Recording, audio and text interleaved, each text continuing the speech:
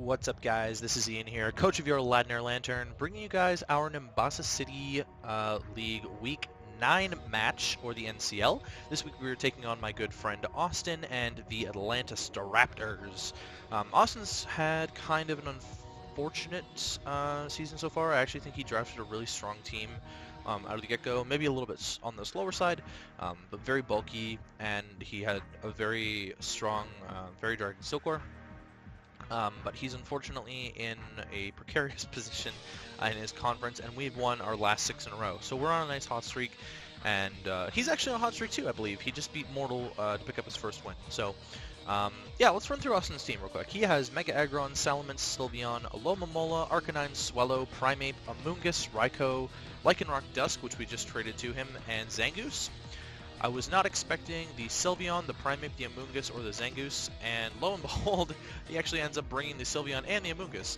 I thought Alomomola and Swellow sort of filled those roles a little bit better, but we'll kind of find out how the game goes.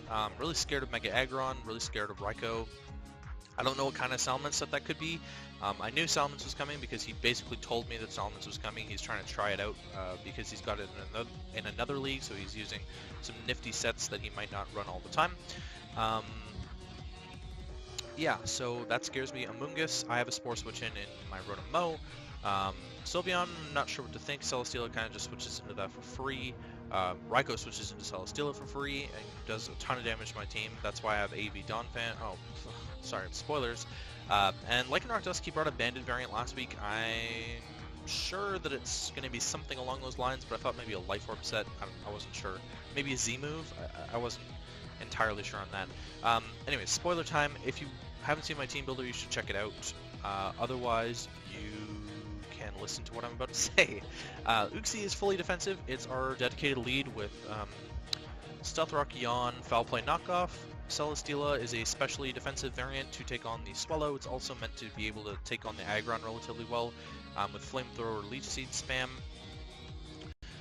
We're Assault Vested Donphan with Knockoff, Ice Shard, Earthquake, and Gunk Shot for the Sylveon, which surprisingly is not going to kill it.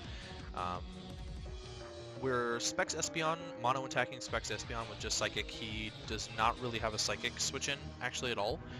He doesn't even have a Psychic Resist outside of Mega Aggron on his entire team, so it's pretty free for me to just click Specs Psychic. Rotom-Mow is Scarfed, one mono-attacking Scarf as well with just Volt Switch. I've got double status, I think? Willow Trick, Defog, Volt Switch, and then we're pretty much standard Banded Azu with Liquidation, Play Rough, Knockoff, and Aqua Jet. So, I'm going to lead with Uxie because, that's my dedicated lead, as I'm not sure what he's going to want to lead with, but I'm going to lead with my Uxie anyways. Oh my god, really? Chrome. Okay, he ends up leading with his Salamence, and we see this Intimidate, which kind of tells me that it's either more of a defensive variant, or it's a special variant, which is kind of what he's been bringing a lot recently. So I'm leaning towards the side of special variant. Even though we're fully Fizz Def, I want to get up my rocks right here. Is that what I do? Are these Dracos? I think get up my rocks. Yeah, get up our rocks first turn. His removal is this. So, rocks might just be here to stay the entire game. That Draco did pitiful damage, and it shows me that it's not Specs, it's not a boosting item either, so we can assume that it's like maybe it's Yachi Berry. It might be Yachi Berry. That's kind of my thoughts going into this, is that it's Yachi Berry or Scarf. Yeah, so now I'm going to click Yawn and force something out. No, I'm not. I'm going to click Knockoff and try and get rid of its item. There we go. Aggron takes absolutely nothing from that. Now I'm going to click Yawn and force this Aggron to switch out afterwards. But he is just going to get up his Stealth Rocks. Again, not super big. I don't have anything weak to Rocks on my team. The only thing that it does is breaks my Donphan sturdy. But I don't see a scenario where Donphan would ever need that sturdy anyways.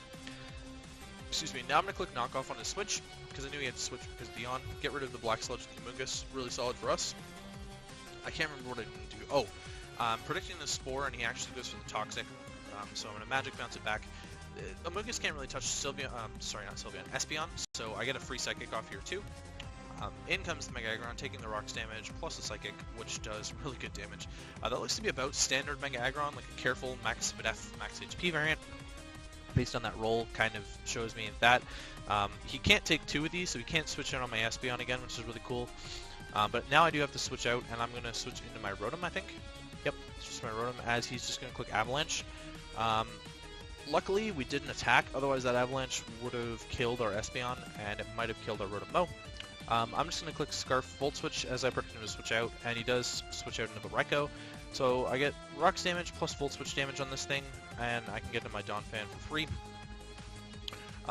He's got one Earthquake switch in, which is Salamence, so I'm going to go for the knockoff, thinking that he's going to switch that in on my Earthquake.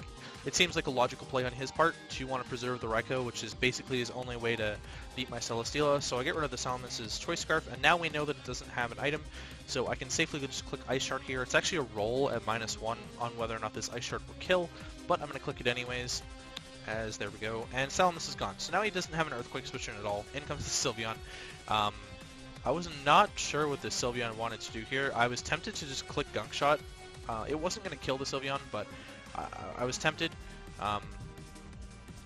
He's actually going to hard double on Raikou as I switched into my Celesteela, so he makes a really good read on me, and gets Raikou in on Celesteela, which is really bad for me. So now I have to switch out because he can kind of just like click a move. No, I don't. I actually, okay, sorry. So my thought process here was that he made that aggressive double, and now he's going to make another aggressive play after that, just because I know kind of how he plays. So I knew he wasn't going to click Thunderbolt because Donphan's a very easy switch in. So he went for DHP Ice as I actually go for the Leech Seed, get some really good recovery back on this Raikou, and chip it down quite a bit. As now I can go to my Uxie to take whatever attack this wants to go for, as he actually goes for Volt Switch, does a little bit of damage, and the Lycanroc comes in. So again, I wasn't sure what to do with this Lycanroc as he just goes into Sylveon. I really wasn't sure. I kind of just went for the Foul Play, thinking that I would live a hit. I knew I lived anything unless he was banded at 40%. Foul Play just did absolutely nothing to that Sylveon, by the way. But now I can switch back into my Celesteela, which is a guaranteed switch for me, as he's just going to go for the Shadow Ball. Neutral play on the Celesteela, and it hit the Uxie really well. We found out this is modest, but it's not choice spec, so I'm not sure what item this is, because that's definitely not specs damage, but it's definitely modest max special attack damage, so I wasn't entirely sure where to go with this. I think I'm just going to click Flash Cannon? I think I just click Flash Cannon as he's going to switch into his Amoonguss. Yeah, I just clicked the Flash Cannon because it would have destroyed the Sylveon, and the Amoonguss is in now, taking quite a bit of damage. I feel like I can just Flamethrower this for free. Realistically, I should have gone into Rotom-Mow, but knowing how aggressive he is, he might have just clicked Sludge Bomb.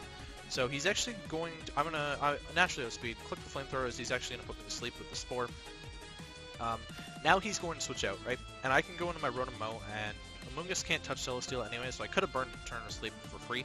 But instead, I'm going to go to my Rotom-Mow, as he's going to double into his Raikou, which takes the Rocks damage. I am Scarf. We know he's Life Orb, so I know that I'm going to kill this thing with a Volt Switch, and I can just Volt Switch out, as he brings back an Amoonguss, which is actually best case scenario for me, because now I can go to my Espeon, which just destroys this thing with a Psychic. He's going to double out into Aggron, which, like I said before, can't switch into two of these, so it's going to eat that Psychic, and then I can just kill it with another Psychic.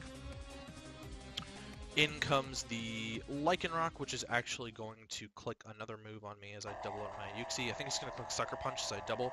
And then for some reason, this turn, I fall for the Sucker Punch again, and he gets me with it. He has to be banded at that point. That's the only way that kills me. I think I clicked Foul Play on the Lycanroc again instead of clicking Yawn. Just sort of stalling out a Sucker Punch turn might have been best for me, but I ended up not doing that. But now Donphan comes in, I think. Something comes in. Donphan comes in, and I get a free Earthquake off on something, as Sylveon's actually just going to come in here and die. I was not expecting that. So he sacks off the Sylveon. In comes the Amoonguss. This thing cannot take two, as he goes for the Spore again. Technically illegal, breaking Sleep Clause, but again, I've been kind of lax with the rules in this league, so we're just going to move on. I complained about having two Pokemon to sleep. I think he just forgot. But I'd rather just play out the remainder of the game than kind of deal with this, so going to double into my Espeon, which does nothing against the Lycanroc. So now I have to go back into my Donphan, sort of hope that I can wake up as he just keeps going for Bend into Cell Rocks. It's pretty much doing nothing to my Donphan. It's got good natural bulk. We burn our first turn of sleep here, and then we actually get sleep for a second turn, and then I'm going to click Earthquake on the third turn that we do wake up, and we'll pick up the Lycanroc kill here. Amogus can come in, now it dies to an Earthquake, and Raikou going to die to Stealth Rocks on entry. So, we do end up picking up the win 5-0 over Austin and his Atlanta Staraptors. Push our winning streak to 7 games. We now sit at 7-2 plus 16. We're looking pretty solid to make playoffs at this point. We're not completely guaranteed, but we did end up clinching for one person. If you're part of the league, then I will announce that in the league. And if you're not, then I guess it'll just have to be a surprise. Next week, we take on my good buddy Nacho and his Detroit Terravolts. He was nice enough to take over a team in the league, and I'm looking forward to being able to play my first match against him. He's proven to be a very respectable battler. He's pretty good, and I'm kind of scared for the matchup because his team is pretty solid as well. But I'm confident that we can at least pull some differential out of this game. That's kind of where I'm at with that. Yeah. Anyways, that's all from me, and we take on Nacho next week, and I'll catch you guys later.